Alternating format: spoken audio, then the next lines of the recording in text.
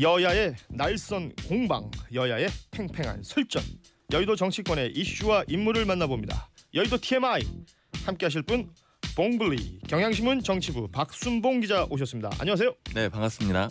지난주에는 이명선 기자 휴가 때문에 매일 뵙다가 네. 며칠 못 보니까 보고 싶던데요. 저도 그립더라고요. 바쁘셨죠?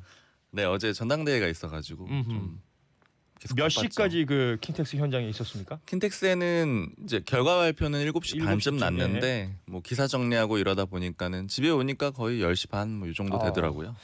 수고 많이 하셨군요. 사실은 어제가 여의도 TMI 시간이고 오늘이 목요일 장풍 사이언스 시간인데 그렇죠. 여의도 TMI를 진행합니다. 바로 그 이유가 전당대회가 있었기 때문인데 네. 한번 살펴보도록 하죠. 당초에 우려가 좀 있었죠. 네. 날짜 자체, 택일 자체가 그 북미 정상회담이랑 겹치면서 주목을 좀 못 받고 있기 때문에 네. 우려가 있었는데, 자 일단 전당대회 총평을 한번 부탁드릴까요? 네, 한마디로 하면 이변은 없었다 이렇게 말씀드릴 수 있을 것 같아요. 그 한국당 입당 43일 만이죠. 황교안 전 총리가 당권을, 이젠 대표네요. 황교안 대표가 당권을 거머쥐게 된 겁니다. 네. 뭐 일야당의 새로운 지도부를 선출한 전당대회니까 이 향후 여의도 전국의 중심을 좀 흔들어 놓을 수 있거든요. 이번 전당대회가. 또 시사하는 바도 많아서 한 번은 꼭 정리를 해드리는 게 좋을 것 같아서 시간도 이렇게 바꿨습니다. 그렇습니다. 5795님이 한국당 전당대회 예상을 벗어나지 않았네요. 그러니까 예상을 벗어나지 않았다는 게 바로 그 어대황 얘기를 하시는 거겠죠. 네, 어차피 대표는 황교안 이런 말이었죠. 네. 그렇습니다. 이게 뭐 결과를 알고 있습니다만 좀 꼼꼼히 살펴볼 필요가 있을 것 같은데 네, 지금 전당대회에서 당대표를 뽑았다 이렇게 얘기를 했단 말이죠. 그렇죠. 네. 그런데 우리가 뉴스 보다 보면 원내대표라는 나경원 원내대표도 많이 보여요. 네. 자, 당대표와 원내대표 어떤 차이가 있는 겁니까? 네, 당대표를 좀 먼저 설명을 해드리면 말 그대로 당의 원톱입니다. 지금 한국당은 단일 지도 체제로 돼 있어요. 그래서 대표 1인에게 막강한 권한을 주거든요. 그러니까 저번 대표였죠. 그 홍준표 전 대표 때부터 단일 지도 체제로 바뀐 건데 그 이전에는 당대표와 최고위원을 합쳐서 선발을 했습니다. 네네. 근데 지금 다 따로 뽑아요. 좀 쉽게 설명을 드리면 반장 후보가 따로 있고 부반장 후보가 따로 있고 선거도 각각 따로 있는 겁니다. 네. 그렇게 해서 따로 뽑는 건데 이번 반장 선거에서는 황교안 대표가 당선이 된 거고 그다음에 부반장 선거에서는 5명의 최고위원이 뽑힌 거다 이렇게 이해를 하시면 될 것 같습니다. 네. 네, 그러면 당대표와 원내대표의 차이는 뭐냐? 이 원내대표는 당 소속 국회의원을 대표하는 역할이거든요.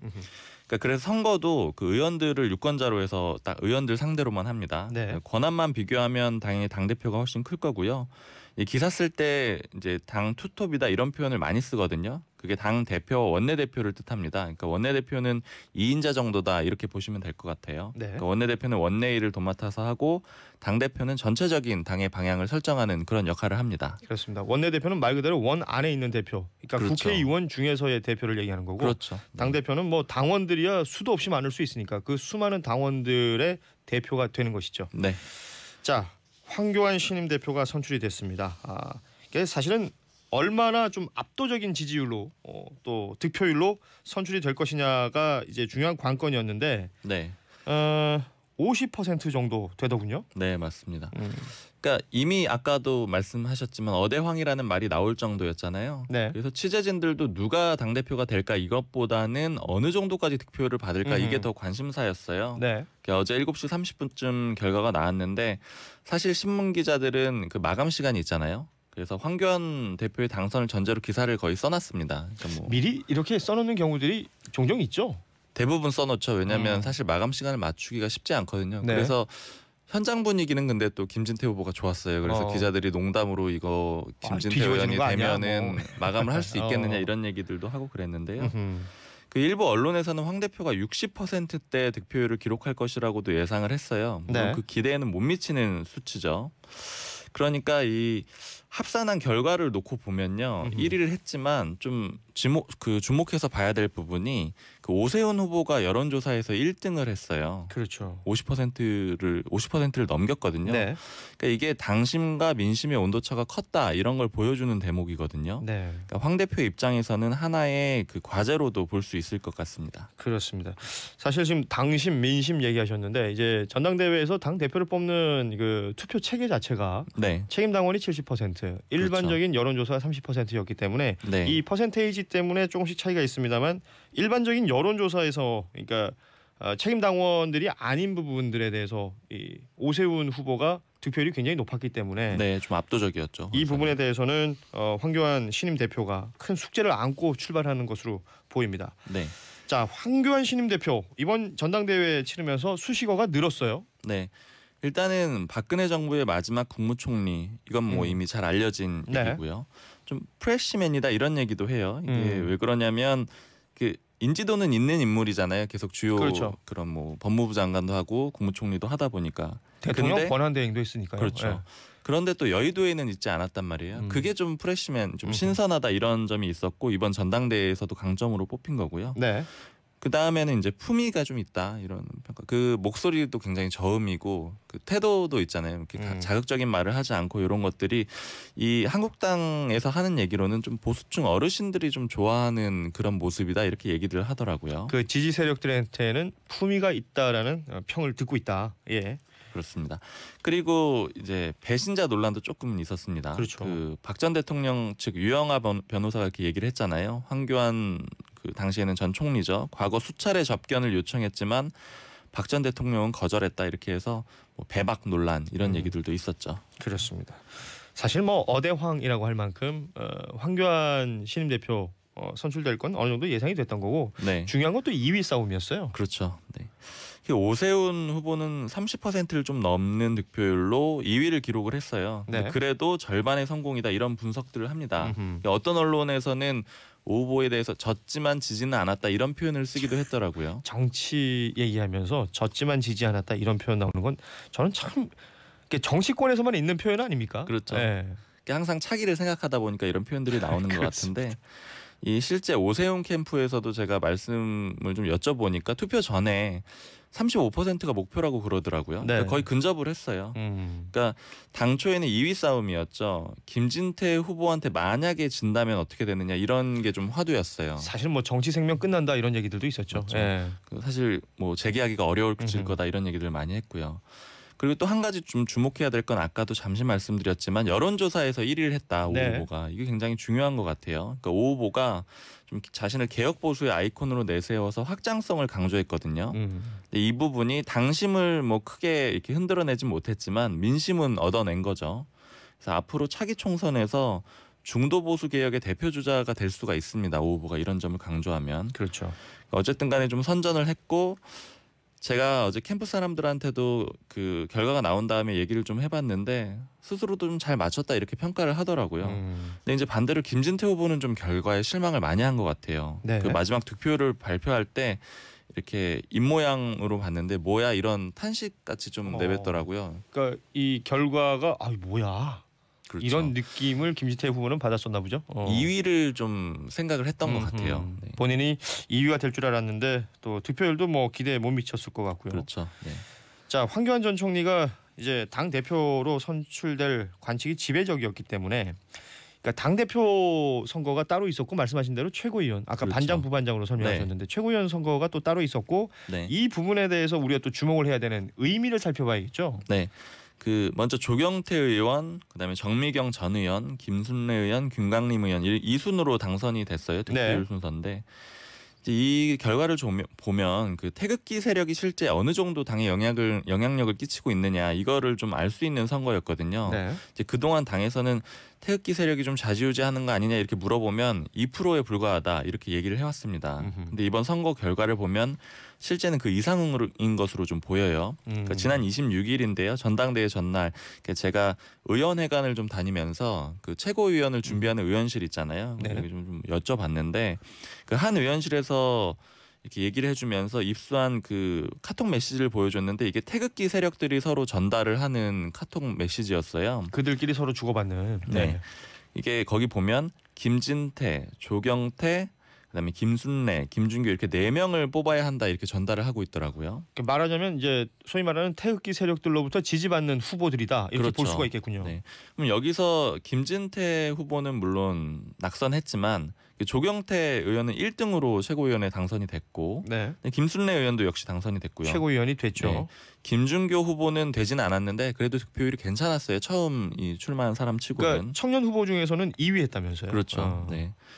그리고 또 이제 또 다른 의원실에서 그 또 자체 여론조사들을 또 하거든요. 이런 공개를 하진 않지만 이 내용을 얘기하면서 이 조경태 후보는 확정적이다 이렇게 얘기를 하고 그 배경으로 태극기 세력이 지지를 받고 있다 이렇게 보더라고요. 뭐 결과적으로 말씀드린 대로 최고 득표율로 당선이 됐어요. 그렇군요. 그리고 또 한 가지 좀 주목해봐야 될 점은 좀 노이즈 마케팅에 대해서 생각을 해봐야 될 것 같은데 네.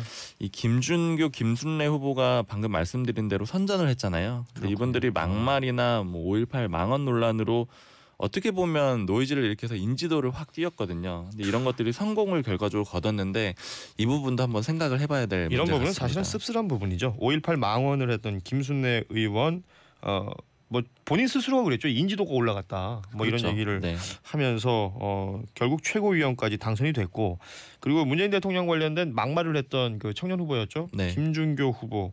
뭐 일단 이름과 얼굴을 알리는 데는 성공했다라는 평가를 하고 사실 있어요. 저희도 이렇게 많이 다루게 되다 보니까 그렇습니다. 네, 좀 이런 노이즈 씁쓸한 면이 마케팅이 씁쓸하다는 생각이 드는 거군요. 네.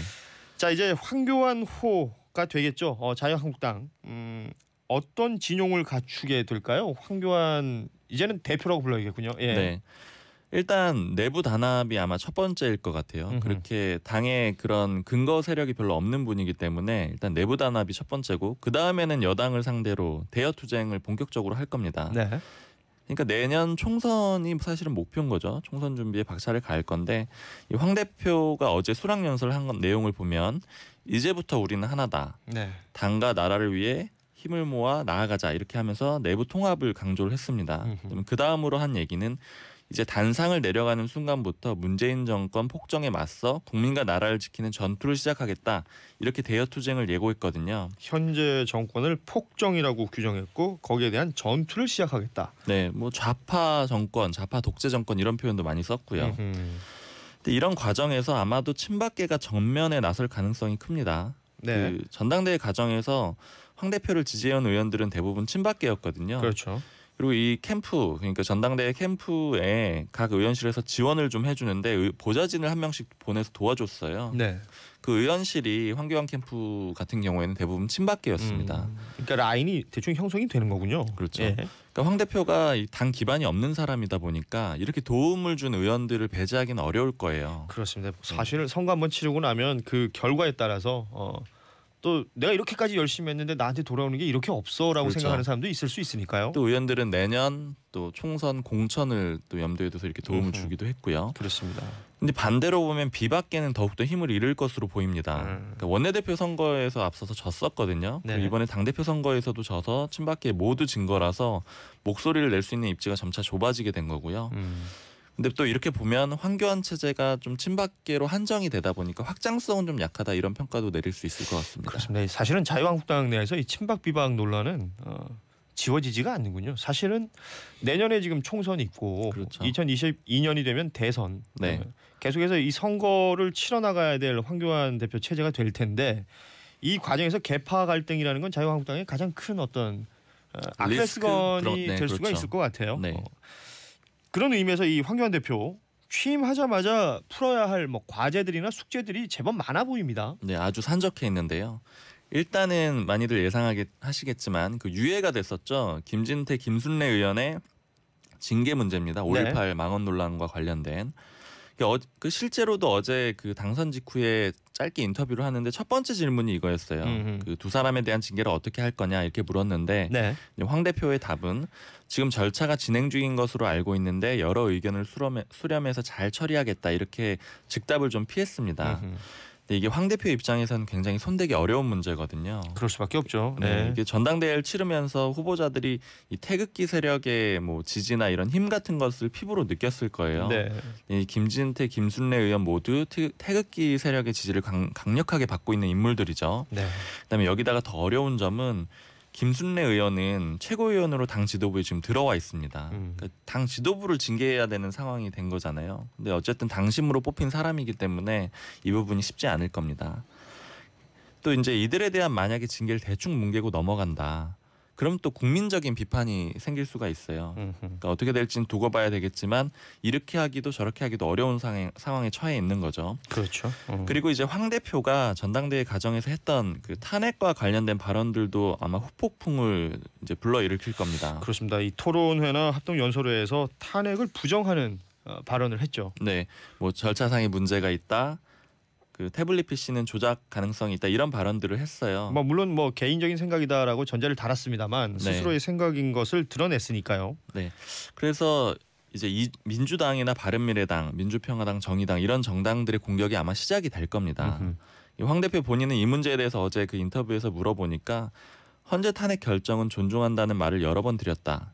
이제는 미래로 나가는 일에 매진할 거다 이렇게 말을 했습니다. 본인은 미래로 나가고 싶겠지만 다른 사람들이 가만두겠습니까? 가만두지 않겠죠. 정치권에서 뭐 나는 앞만 보고 열심히 달리겠습니다라고 하지만 주변에서 상대하는 사람들은 그 사람의 과거를 또 그렇게 캐잖아요. 그렇죠.